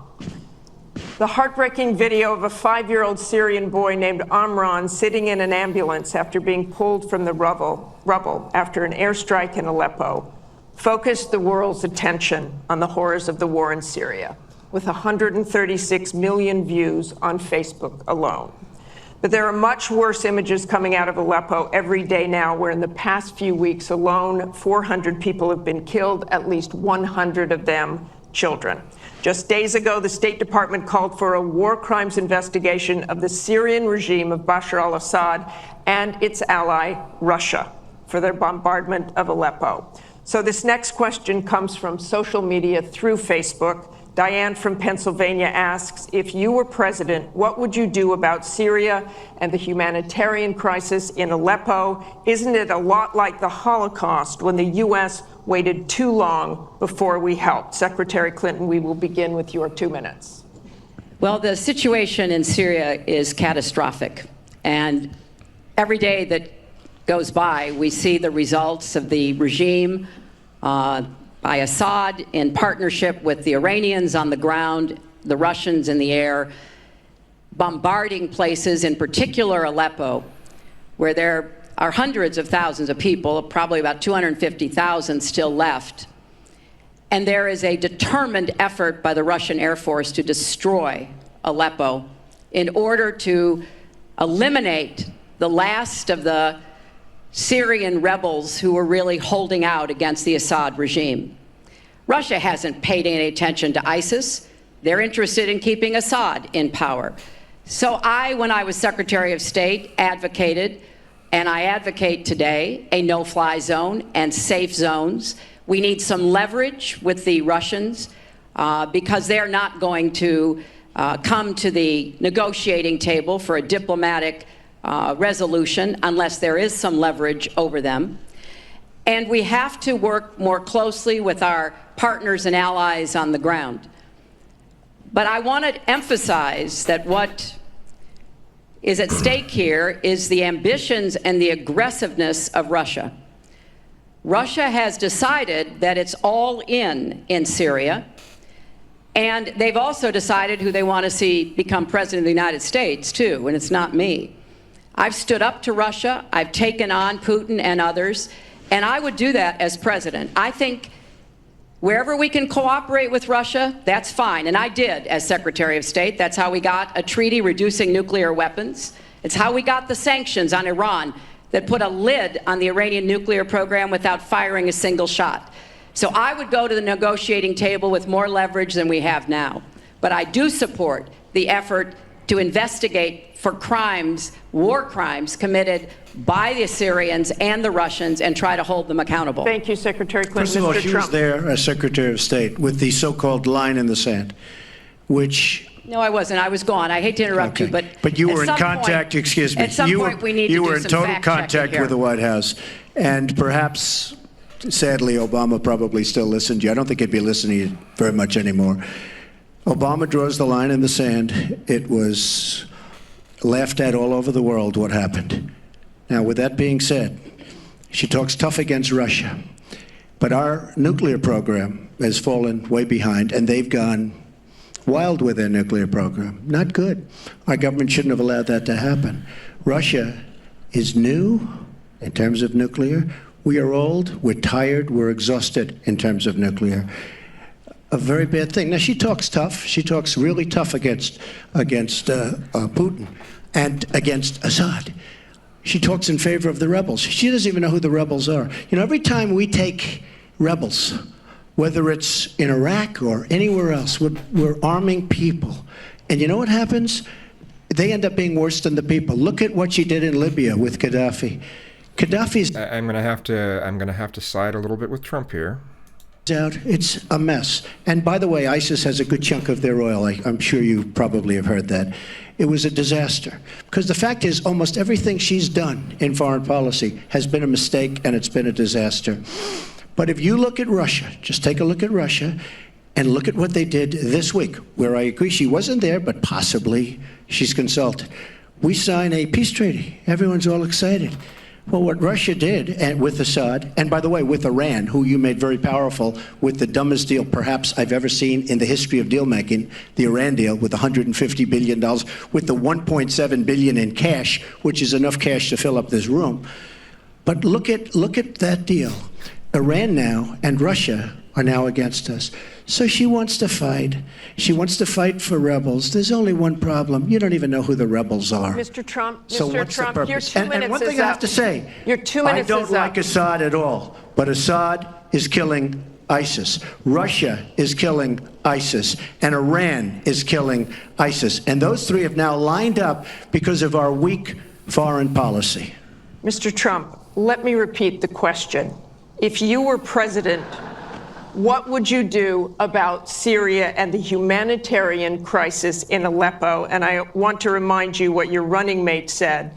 He said provocations by Russia need to be met with American strength, and that if Russia continues to be involved in airstrikes along with the Syrian government forces of Assad, the United States of America should be prepared to use military force to strike the military targets of the Assad regime. Okay. He and I haven't spoken, and I disagree. I disagree. You disagree with your running mate. I think we have to knock out ISIS. Right now, Syria is fighting. That's interesting. ISIS. We have people that want to fight both at the same time. But Syria is no longer Syria. Syria is Russia, and it's Iran, who she made strong, and Kerry and Obama made into an extreme close-up. A very powerful nation and a very rich nation very, very quickly, very, very quickly. I believe we have to get ISIS.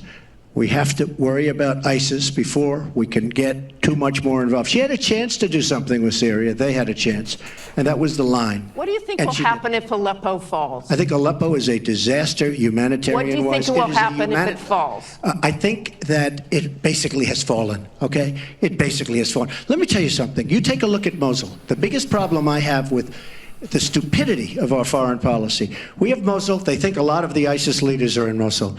So we have announcements coming out of Washington and coming out of Iraq. We will be attacking Mosul in 3 weeks or 4 weeks. Well, all of these bad leaders... I agree, Tiger Boss. The problem is that neither of them are really answering some of the questions. It is, indeed, just a bunch of rhetoric. Agreed. From ISIS are leaving Mosul. Why can't they do it quietly? Why can't they do the attack, make it a sneak attack, and after the attack is made, inform the American public that we've knocked out the leaders, we've had a tremendous success. People leave. Why do they have to say we're going to be attacking Mosul within the next 4 to 6 weeks, which is what they're saying? How stupid is our country? There are sometimes reasons the military does that. Psychological warfare. I can't think of any. Psychological warfare? You mean giving them time to prepare? Might be to help get civilians out. And we have, look, I have 200 generals and admirals who endorse. But if you're allowing the I have 21 Congressional Medal of Honor recipients who endorse me. We talk about it all the time. They understand. Why can't they do something secretively where they go in and they knock out the leadership? Why would these people stay there? I've been reading now Tell for me weeks. what your Martha, I've been reading now strategy for is. weeks about Mosul, that it's the harbor of where, between Raqqa and Mosul. This is where they think the ISIS leaders are. Why would they be staying? They're not staying there anymore. They're gone. Because everybody's talking about how Iraq, which is us, with our leadership, goes in to fight Mosul. Now, with these 200 admirals and generals, they can't believe it. All I say is this: General George Patton, General Douglas MacArthur are spinning in their grave at the stupidity of what we're doing in the Middle East. I'm going to go to Secretary Clinton. Secretary Clinton, you want Assad to go. You advocated arming rebels, but it looks like that may be too late for Aleppo. You talk about diplomatic efforts. Those have failed. Ceasefires have failed.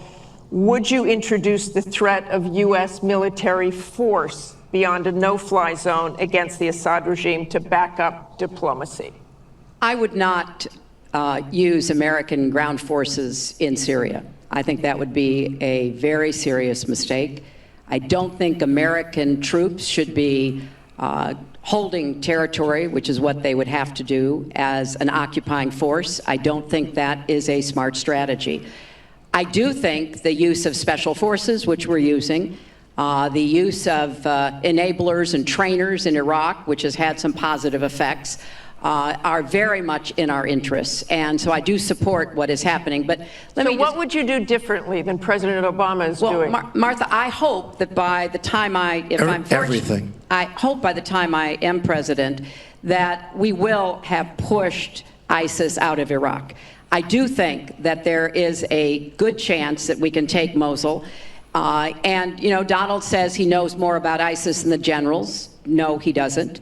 There are a lot of very important planning going on, and some of it is to signal to the Sunnis in the area, as well as Kurdish Peshmerga fighters, that we all need to be in this, and that takes a lot of planning and preparation.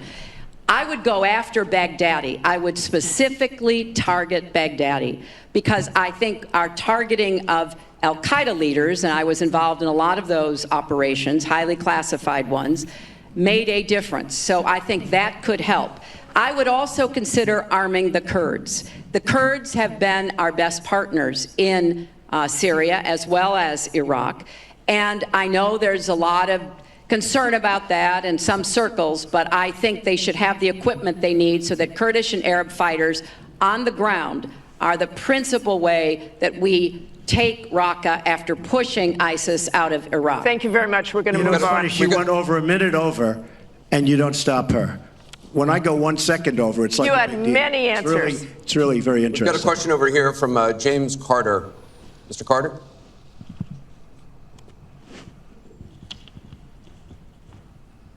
My question is, do you believe you can be a devoted president to all the people in the United States? That question begins for Mr. Trump. Absolutely. I mean, she calls our people deplorable, a large group, and irredeemable. I will be a president for all of our people, and I'll be a president that will turn our inner cities around and will give strength to people and will give economics to people and will bring jobs back, because NAFTA, signed by her husband, is perhaps the greatest disaster trade deal in the history of the world, not in this country. It stripped us of manufacturing jobs. We lost our jobs. We lost our money. We lost our plants. It is a disaster. And now she wants to sign TPP, even though she says now she's for it. She called it the gold standard. I got to admit, I think that was a kind of a dumb question. Because, like, what kind of person is going to claim that they're, oh, well, no, I'm not for all Americans. Sorry, I think the question was kind of dumb, but whatever. It's from the audience, so, I mean, whatever. And by the way, at the last debate, she lied, because it turned out that she did say the gold standard, and she said she didn't say it. They actually said that she lied, okay? And she lied, but she's lied about a lot of things. I would be a president for all of the people, African Americans, the inner cities. Devastating what's happening to our inner cities. She's been talking about it for years. As usual, she talks about it, nothing happens. She doesn't get it done. Same with the Latino Americans, the Hispanic Americans, the same exact thing. They talk, they don't get it done. You go into the inner cities and you see it's 45% poverty. African Americans now, 45% poverty in the inner cities. The education is a disaster. Jobs are essentially non-existent. I mean, it's, you know, I've been saying at big speeches where I have 20 and 30,000 people, what do you have to lose? It can't get any worse. And she's been talking about the inner cities. It can get a lot worse, sorry. For 25 years. Nothing's going to ever happen. Let me tell you, if she's president of the United States, nothing's going to happen. It's just going to be talk. And all of her friends, the taxes we were talking about, and I would just get it by osmosis. She's not doing any me favors. But by doing all the others favors, she's doing me favors. Mr. Trump, thank you. But I will tell you, she's all talk. It doesn't get done. All you have to do is take a look at her Senate run. Take a look at upstate New York. Your 2 minutes is up. Secretary Clinton, it turned out 2 to minutes. be a disaster. You have 2 minutes, Secretary Clinton. Disastro. Well, 67% of the people voted to re-elect me when I ran for my second term, and I was very proud and very humbled by that. Mr. Carter, I have tried my entire life to do what I can to support children and families. You know, right out of law school, I went to work for the Children's Defense Fund, and Donald talks a lot about, you know, the 30 years I've been in public service. I'm proud of that. You know, I started off as a young lawyer working against discrimination against African American children in schools and in the criminal justice system.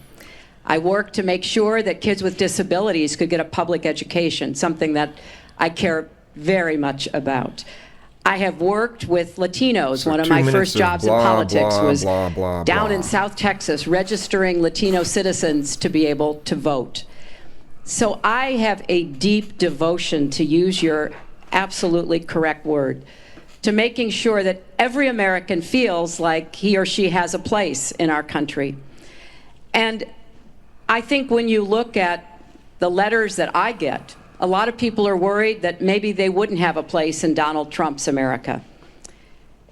They write me, and one woman wrote me about her son, Felix. She adopted him from Ethiopia when he was a toddler. He's 10 years old now. This is the only country he's ever known. And he listens to Donald on TV, and he said... Well, Uber said 2 minutes of lies. I wouldn't say it's 2 minutes of lies, but it's 2 minutes of just fluff, just nothing.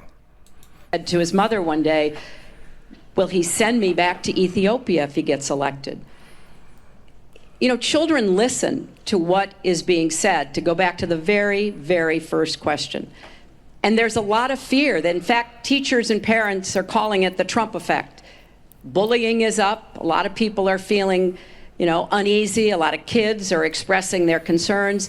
So first and foremost, I will do everything I can to reach out to everybody. You know, I'll have to touch on what she said there just a little bit, in that the right wing tends to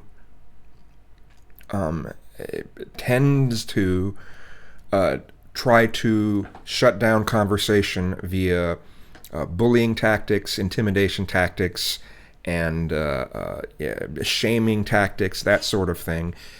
And Trump is even more so in that kind of realm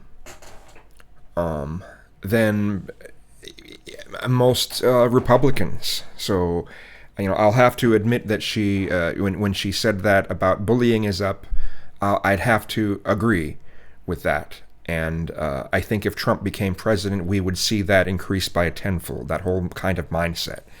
And it's disgusting to think about.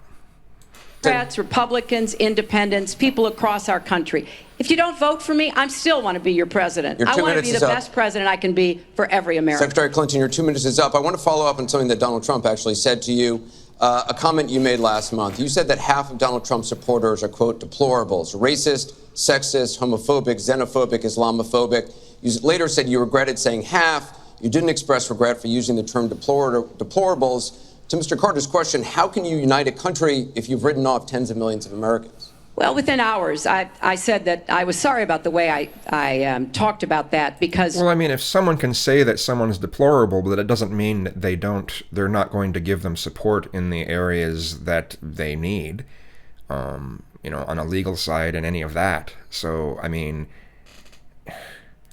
My argument is not with his supporters, it's with him and with the hateful and divisive campaign that he has run, and the inciting of violence at his rallies, and the very brutal kinds of comments about not just women, but all Americans, all kinds of Americans. And what he has said about African Americans and Latinos, about Muslims, about POWs, about immigrants, about people with disabilities, he's never apologized for. And so I do think that a lot of the tone and tenor that he has said, I'm proud of the campaign that Bernie Sanders and I ran. We ran a campaign based on issues, not insults, and he is supporting me 100%. Thank you. Because we... Well, you were saying that Bernie Sanders was running a negative campaign based on insults, so you're not being altogether honest here, Hillary, as far as what you were pushing forth before. So... I mean, it was on issues, but there were a lot of insults going on too. So, talked about what we wanted to do. We might have had some differences, and we had a lot of debates. Thank you, Secretary. But we believed that we could make the country better, and I was proud of that. I'm going to give you a minute, 20 seconds. We have a divided nation. We have a very divided nation. You look at Charlotte. You look at Baltimore. You look at the violence that's taking place in the inner cities, Chicago. You take a look at Washington, D.C. We have an increase in murder within our cities, the biggest in 45 years. We have a divided nation because people like her, and believe me, she has tremendous hate in her heart. And when she said deplorables, she meant it. And when she said irredeemable, they're irredeemable. You didn't mention that. But when she said they're irredeemable... Well, it's... there's some truth to what you're saying here, Trump, and that's because some of your supporters are... You've got a bunch of white nationalist supporters. You've got a bunch of supporters in the KKK. Websites like Stormfront and a number of others are in support of you. The negative side, I'm going to be very clear about this, the negative side to the alt-right is in full support of you.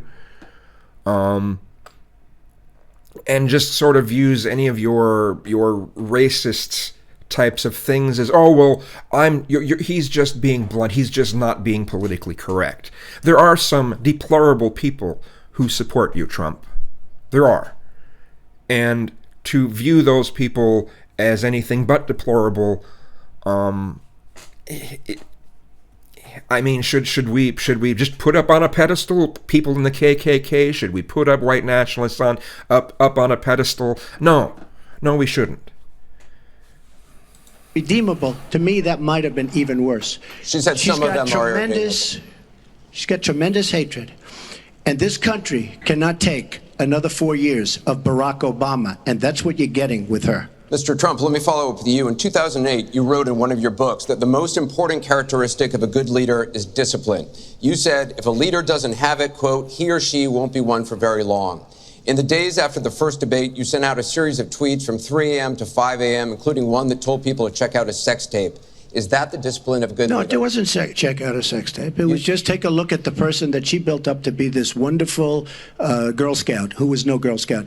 By the way, just so you understand, when she said 3 o'clock in the morning, take a look at Benghazi. She said, who's going to answer the call at 3 o'clock in the morning? Guess what? She didn't answer because when Ambassador Stevens... The question is that the discipline of a good leader? 600 times. Well, she said she was awake at 3 o'clock in the morning. And she also sent a tweet out at 3 o'clock in the morning, but I won't even mention that. But she said she'll be awake. Who's the famous thing? We're going to answer our call at 3 o'clock in the morning. Guess what happened? Ambassador Stevens sent 600 requests for help. And the only one she talked to was Sidney Blumenthal, who's her friend and not a good guy, by the way. So, she shouldn't be talking about that. Now, tweeting happens to be a modern day form of communication. I mean, you can like it or not like it. I have, between Facebook and Twitter, I have almost 25 million people. It's a very effective way of communication. So you can put it down, but it is a very effective form of communication. I'm not unproud of it, to be honest with you. Secretary Clinton, does Mr. Trump have the discipline to be a good leader? No. I'm shocked to hear that. Well, it's not only my opinion, it's the opinion of many others, national security experts, Republicans, former Republican members of Congress. But it's in part because those of us who have had the great privilege of seeing this job up close and know how difficult it is, and it's not just because I watched my husband take a $300 billion deficit and turn it into a $200 billion surplus, and 23 million. Well, to be fair, some of that ended up being you're just in the right place at the right time. But continue. Million new jobs were created, and incomes went up for everybody. Everybody. African American incomes went up 33%. And it's not just because I worked with George W. Bush after 9/11. And I was very proud that when I told him what the city needed, what we needed to recover, he said, "You've got it," and he never wavered. He stuck with me. And I have worked, and I admire President Obama. He inherited the worst financial crisis since the Great Depression. That was a terrible time for our country. We have to move along. 9 million people lost their jobs, 5 million homes were lost, Secretary and Clinton, we're $13 moving trillion Shut up, in Hillary. family wealth was wiped out. Shut up, Hillary. We are back on the right track. He would send us back into recession with his tax plans. Secretary Clinton, we are moving to an audience question. We're almost out of time. We have another. Mr. Trump, we're moving to an audience question.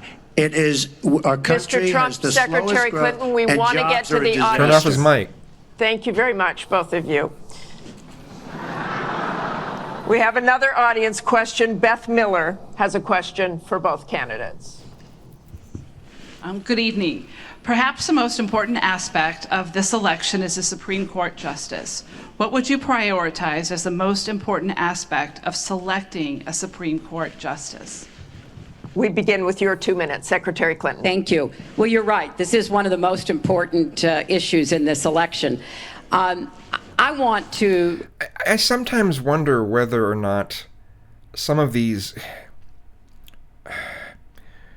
whether they're only allowing the audience members to ask certain kinds of questions, whether they are, what is the right word?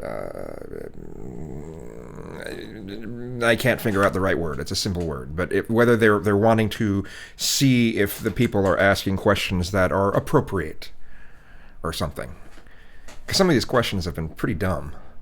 Appoint Supreme Court justices who understand the way the world really works, who have real life experience, who have not just been in a big law firm and maybe clerked for a judge and then gotten on the bench, but maybe they tried some more cases. They actually understand what people are up against, because I think the current court has gone in the wrong direction.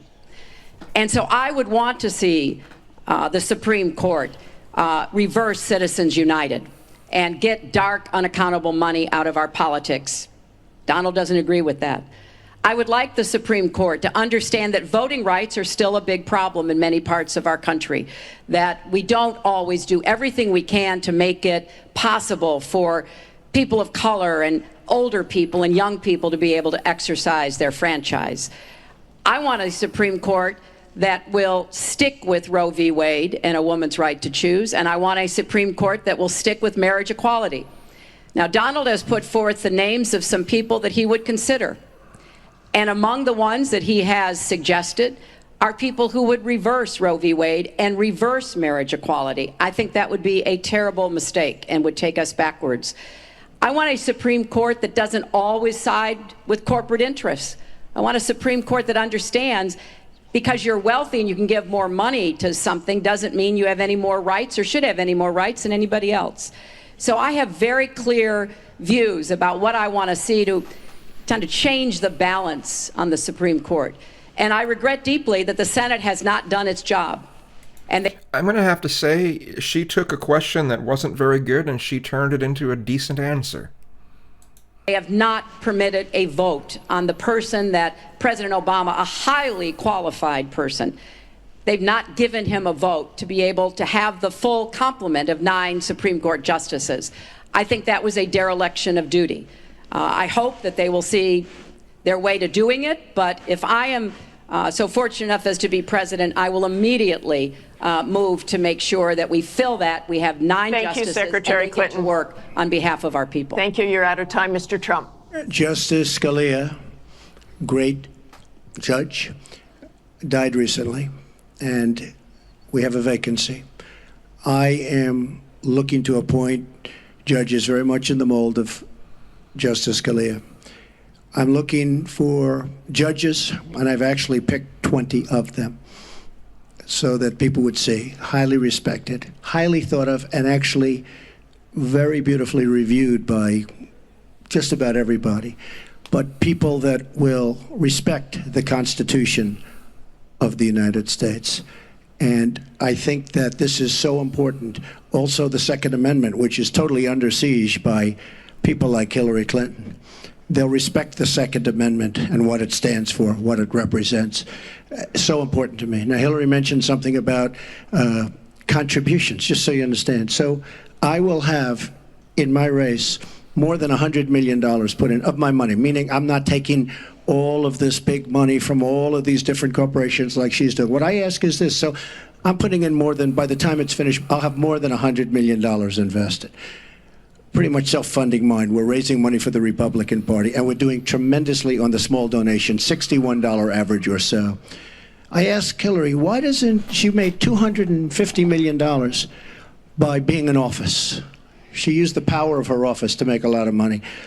Why isn't she funding, not for $100 million, but why don't you put 10 or 20 or 25 or $30 million into your own campaign?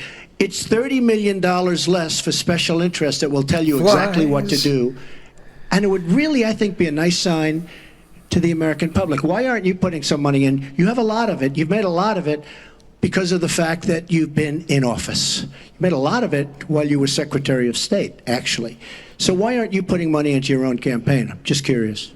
Well, thank you very much. Thank you. We're going to get on to one more question. The question was about the Supreme Court, and I just want to quickly say, very quickly, I respect the Second Amendment, but I believe there should be comprehensive background checks, and we should close the gun show loophole and close the online loophole. We have one more question, Mrs. Clinton, as we possibly can. We have one more question from Ken Bone about energy policy. Ken?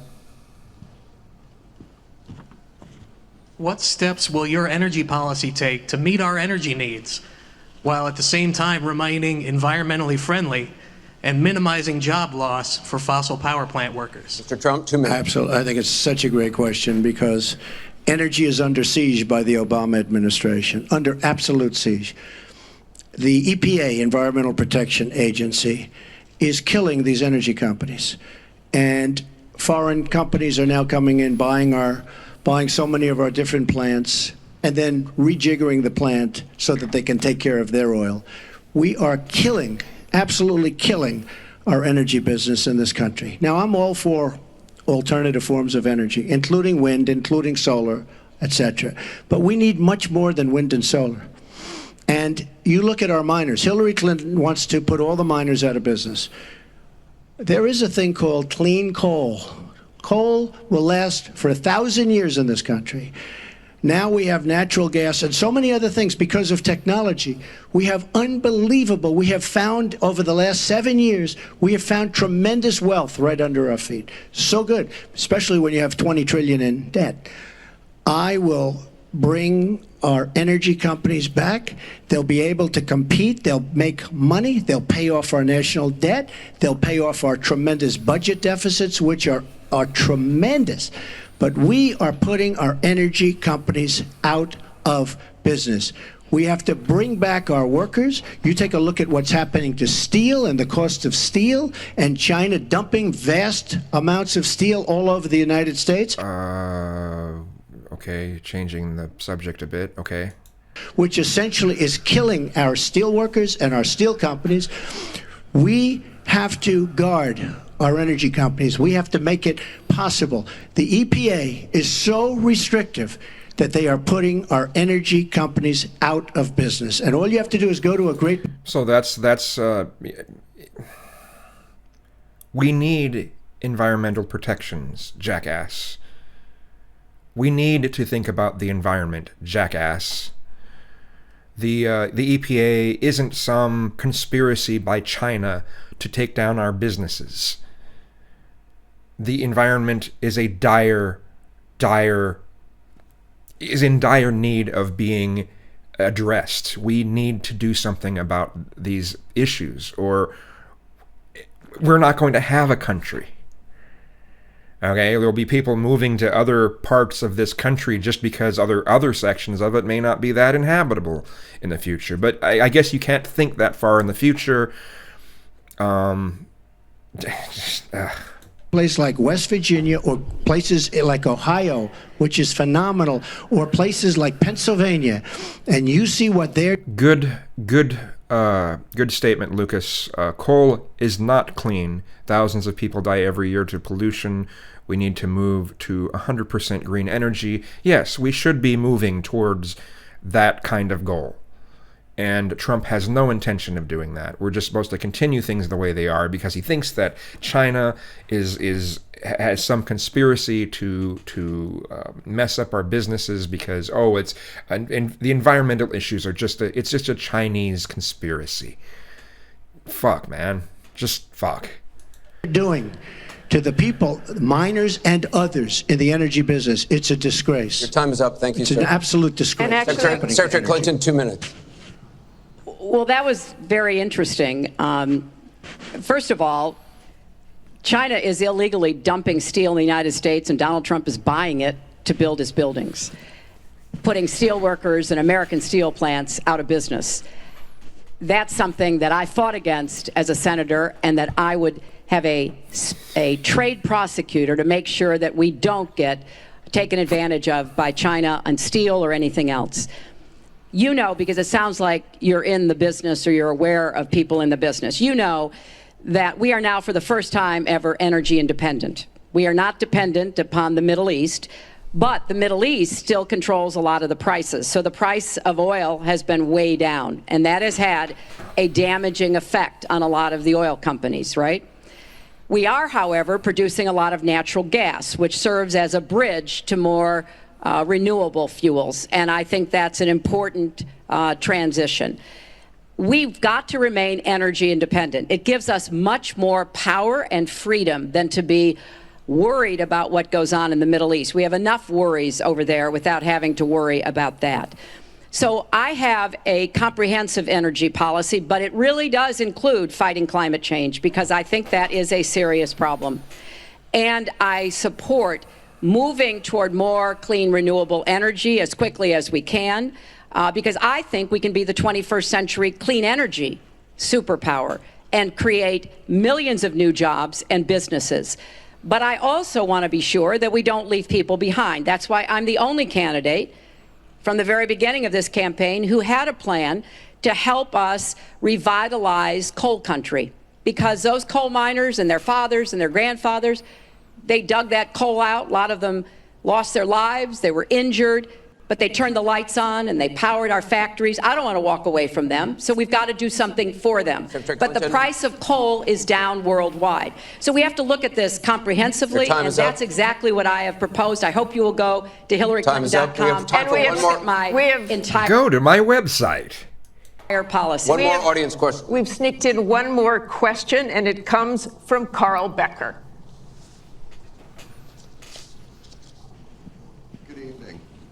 My question to both of you is, regardless of the current rhetoric, would either of you name one positive thing that you respect in one another? That was a good, that was... Mr. Trump, would you like to go first? Decent. Well, I certainly will, because I think that's a very fair and important question. Look, I respect his children. His children are incredibly able and devoted, and I think that says a lot about Donald. I don't agree with nearly anything else he says or does, but I do respect that. And I think that is something that as a mother and a grandmother is very important to me.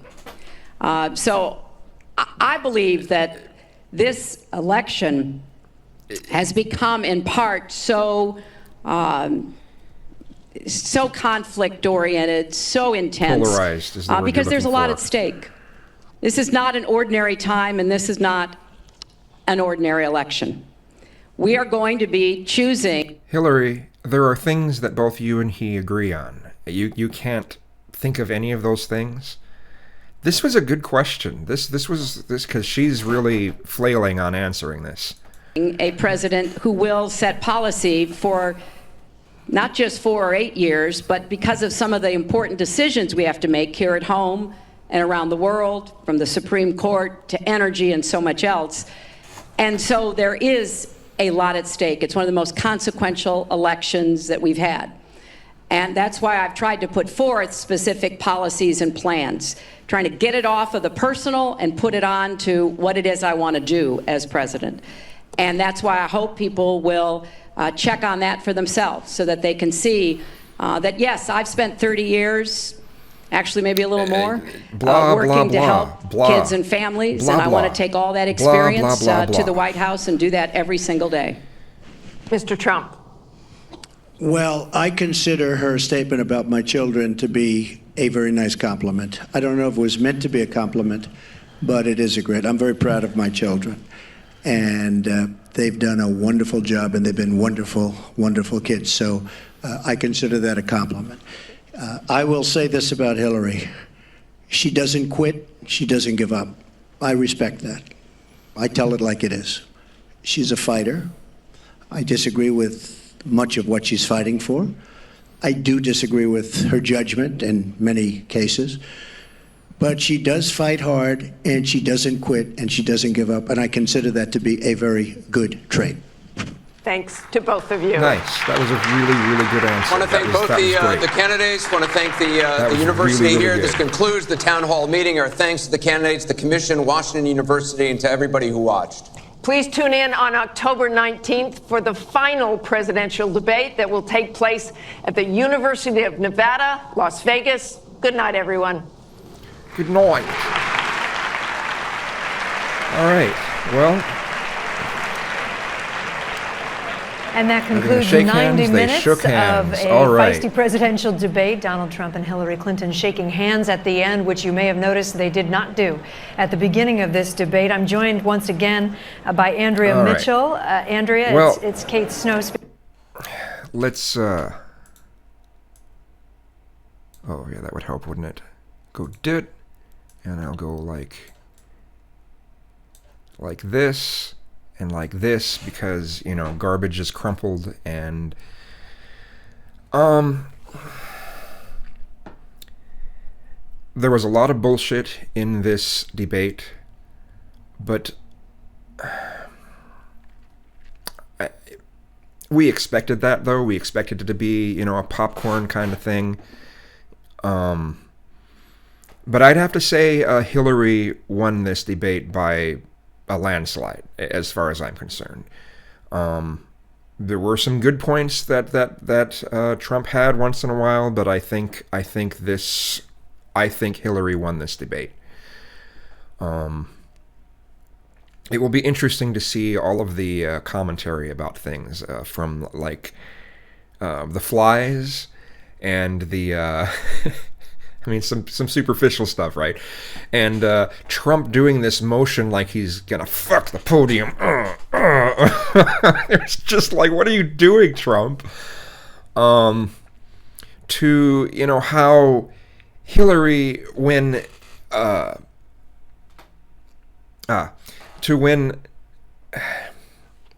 Hillary would have this huge smile when Trump would point out these terrible things that Hillary's done. She'd just have this huge smile, like she's proud of it.